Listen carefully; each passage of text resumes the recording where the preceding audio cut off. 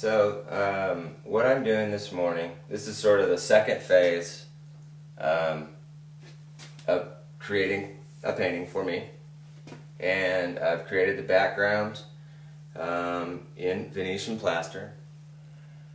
And I took quite a long time selecting and also mixing these 7 colors so that that part of the background operating as sort of the environment for these is the best that I can do. And so now I'm going to start laying in some of the animal figures.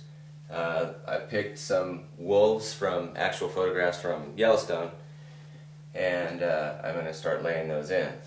And so generally I lay them in pencil first, and I'm pretty loose about what I do to begin. And I use essentially what I call an additive and reductive process, meaning essentially that means that I lay in pretty broadly and then use a lot of eraser in terms of putting in the animal figure itself. And I do the same, we'll see in a minute, when I lay in the oil on top.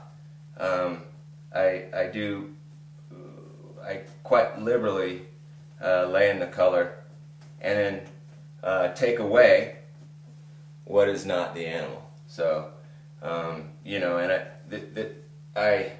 in doing this, I sort of cover up, I establish the animal, and then it gets covered up with oil or with other drawing, and then I reestablish it so that actually an animal will I'll do it 3 or 4 times in the process of completing each figure, what I call form objects. And I don't mean to take away from what these creatures are at all, but for me, so much of it is about the architecture of the painting. You know, how it's set up and how they operate with one another, so that they are clearly landscapes with animal figures. However, I hope that they operate on a number of other levels. So I'm going to get this wolf in here, and I can tell you already that, for instance, when I stand back, this animal has to live and breathe. It has to be recognizably drawn by me, I think. But if it came to life, it has to be able to move through this snowbank, or I haven't done my job. And so far, he's okay.